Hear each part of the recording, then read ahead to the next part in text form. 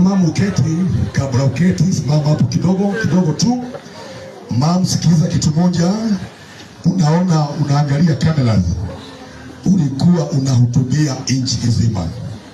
Hata president mwenyewe atasikia maneno yako, sawa?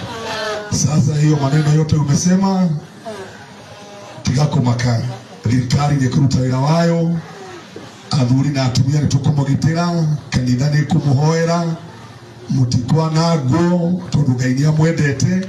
Sasa geuka isaidi kuonyeshe. Unaona mahali kuna chikiko